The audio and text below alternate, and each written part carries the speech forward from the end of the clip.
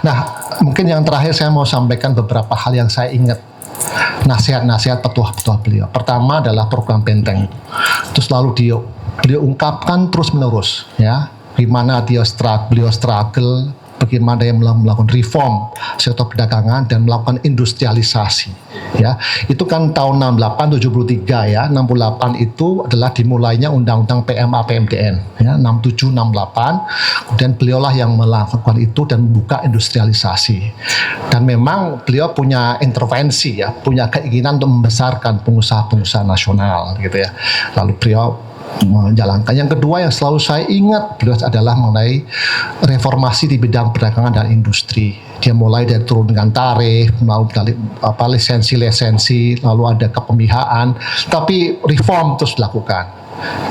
Itu menuju kepada industrialisasi. Itu yang sering kali diucapkan sama beliau.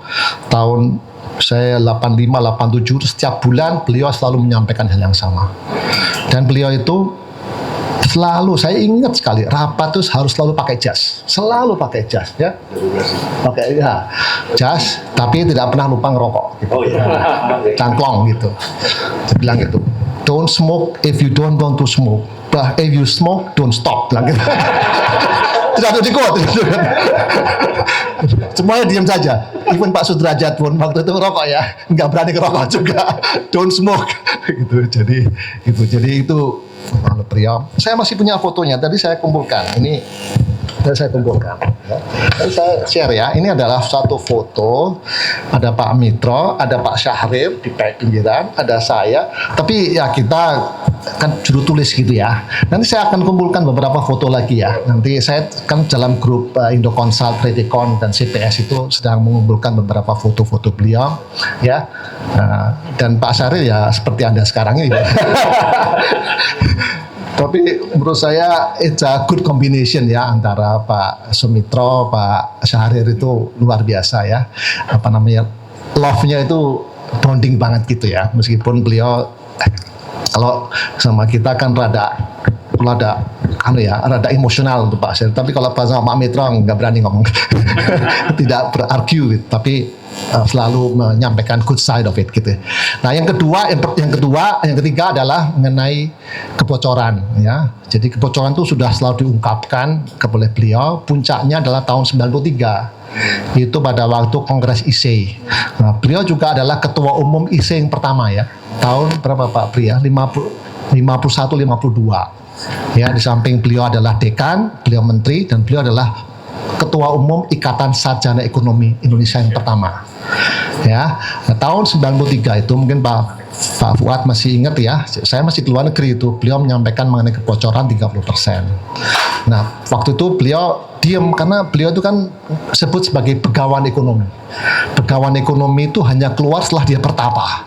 Ya, bertapa, dia merenung, keluar. Nah, keluarnya ditunggu-tunggu gitu. Nah, beliau menyampaikan begini, sederhana rumusnya ya kan, lalu dia memunculkan teori mengenai perhitungan IKOR ya. IKOR kita 5, di tempat lain 3,5, jadi 1,5 itu gapnya, karena kan IKOR itu adalah efisiensi dalam investasi ya, gampangnya gitulah ya. Itu ngambil dari teori Howard-Domar gitu ya, Howard-Domar, lalu dihitung 30%. Jadi itulah yang sekarang menjadi basis perhitungan IKOR dan basis perhitungan inefisiensi di dalam alokasi investasi ya. Jadi itu menurut saya kalau dikumpulkan clippingnya itu luar biasa itu Pak Fahri ya. Di diskusi debat mengenai kebocoran ekonomi itu luar biasa, gempar, dan bahkan termasuk kritik yang jarang dilakukan ya oleh seorang begawan ekonomi gitu ya. Akhirnya karena beliau terus waktu itu di Kompas itu sampai berapa series, akhirnya beliau keluar lagi ya kan. Begawan itu kan mundur gitu, ngomong, memberikan nasihat, lalu dia bertapa, lalu menyampaikan, lalu ditunggu-tunggu statement. Nah, itu bisa di keep track itu Pak Fahri ya, tahun 93 waktu di IC pertama kali, kemudian beliau menyampaikan mengenai formula, dan beliau mengatakan angka itu dari BPS gitu. Saya masih ingat sekali, angka itu dari BPS karena yang menghitung IKOR waktu itu BPS kan ya, Badan Biro Pusat Statistik. Dan ketua BPS waktu itu adalah namanya Pak Abdul Majid. Dia adalah direktur utama CPS pertama kali. Jadi Pak Abdul Majid itu ketua PPS tahun 66 sampai dengan tahun 82. 83 berdirinya, kalau nggak salah ya, saya mau cek tanggalnya, 83 itu beliau CPS atau think tank, beliau yang melahirkan pemikiran-pemikiran. Nah, satu hal yang menarik perhatian saya, bukan untuk didiskus lagi, beliau itu selalu meluncurkan namanya Memo SD. Memo SD. SD itu singkatan dari Sumitro Joya Kedima. Lalu dia bilang, Sumitro ya, bukan Sumitro ya. Saya ingat tuh, gitu betul. Ya. Sumitro. Nah, nggak mau ya. Makanya kita di situ ada lembaga lain menyebut OE, Pak. Kita debat soal ini, nggak bisa. Enggak, itu original. Ya, itu disampaikan. Ya, jadi di dalam memo SD itu sebutkan memo SD itulah memo beliau kepada Presiden Soeharto. Nah, saya ikut bikin tabel, bikin ini, lalu kemudian beliau cerita, Pak Mitro itu sangat open ya, discussion dengan anak-anak muda dipanggil. Ini maksudnya ini, maksudnya ini. I want you to learn, Anda belajar dari kata demi kata yang saya ucapkan. Dan itu kami yang menulis, lalu beliau yang membuat koreksi sehingga shorten dan itu di-deliver. Dan biasanya karena itu terkopoh-kopoh terburu-buru, saya bagian sama Mbak Yuli itu ke keempat Pak menyerahkan gitu ya. Jadi saya udah cukup paham tuh keempat itu. Belum dibongkar. Belum dibongkar, masih lama sama Mbak Yuli itu saya juga ingat ya. Jadi kira-kira itulah ya. Jadi memo SD itu adalah sejarah ya. Nah, CPS itu kalau nggak salah berarti tahun 2000-an ya, lebih 2000-an gitu berhenti. Sekarang sudah tidak ada lagi. Tapi memori itu akan kita kumpulkan ya, karena buku kuning itu semuanya sudah rapi, saya sudah minta teman-teman. Nah, di dalam itu saya waktu itu datang, bisa ditanya, kamu minta gaji berapa gitu ya, itu oleh Pak Abdul Majid waktu itu. Saya kan orang kampung, mana pernah menyebut gaji Pak. Udah, gaji saya pertama 300.000. Pak Ciil bilang, udahlah sama gua aja deh gitu. Jadi yang ngasih kehidupan saya ya Pak Syahrir ini. Saya tulis di Prisma, kasih Pak Syahrir berapa, ini kamu buat semua. Nah, itu orang sangat generous sekali beliau itu, menulis di Infobank, mesti ingat ya, Infobank gajinya berapa, 500.000.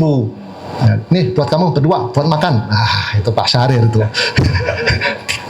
Lalu di swasembada itu Pak Syahrir juga yang ngasih. Jadi Pak Syahrir ngasih saya proyek itu banyak sekali. Tapi kami diajari menulis, membuat analisis. Kamu ikutin ya nasihat Pak Mitro ya. State, pentingnya negara, intervensi in the right sectors, gitu seperti apa, diregulasi, dan yang kemudian kemandirian ekonomi. Tiga itu yang saya ingat ya. State ya, negara, peran negara, yang kedua diregulasi dan efisiensi, yang ketiga itu adalah satu state, satu lagi itu adalah kemandirian ekonomi. Ya, itu yang berdasarkan. Jadi saya kira itu poin-poin yang saya sampaikan Pak Ubaid ya. Saya sekali lagi tidak pernah melupakan jasa Pak Sumitro Joyadikusuma pada saya. Dan juga Pak Sumitro bukan hanya milik Iluni aja Pak ya, tapi juga milik Kagama juga, jangan salah. Saya merasa adalah anak akademisnya beliau juga ya. Saya combine dengan pemikirannya Pak Mupiarto ya, saya kira sangat cocok sebetulnya ya. Meskipun di tengah-tengahnya ada Pak Anwar Nasution, ada Pak siapa lagi ya Pak Fuad ya, Pak Tawang Alun dulu almarhum ya, terus kemudian Pak Turojatun ya, gitu ya, gitu-gitu ya. Jadi karena dulu kami melihat FPUI ini kan Berkeley Mafia gitu ya. Berkeley Mafia itu kayak CIA. Bukan dikuat lagi ya. Kawan nanti kan bahaya nanti. Enggak. Lu kan menyebut Berkeley Mafia. Lulusan Berkeley itu kan mulai dari Pak Wijoyo, Pak Emil Salim gitu ya. Tapi Pak Sumitro kayaknya nggak dimasukkan di grup itu ya. Gitu. Hah? Gitu. Baik, terima kasih ya. Saya mohon bantuan tolong teman-teman media jangan mengkuat ini ya. Saya punya kedudukan soalnya. Please save me.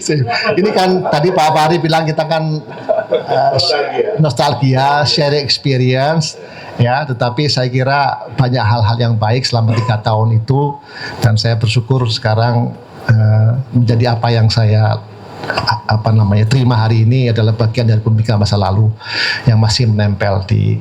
Terima kasih nih Pak Syahrir Junior ya, saya sudah I never forgot, saya nggak pernah melupakan jasa Pak Sumitro dan Pak Syahrir selama in the midst of struggle financially gitu ya. Jadi saya juga kenapa 300.000 di Jakarta, saya kos di Menteng udah 200.000. Saya nginep di Jalan Sumbawa gitu. Supaya jalan kaki kan, ke Waidasim jalan kaki 200.000 itu. 1.000 ya, tapi ya udah karena saya dibantu sama Pak Syahrir, saya udah nggak ada masalah. Terima kasih. Assalamualaikum warahmatullahi wabarakatuh.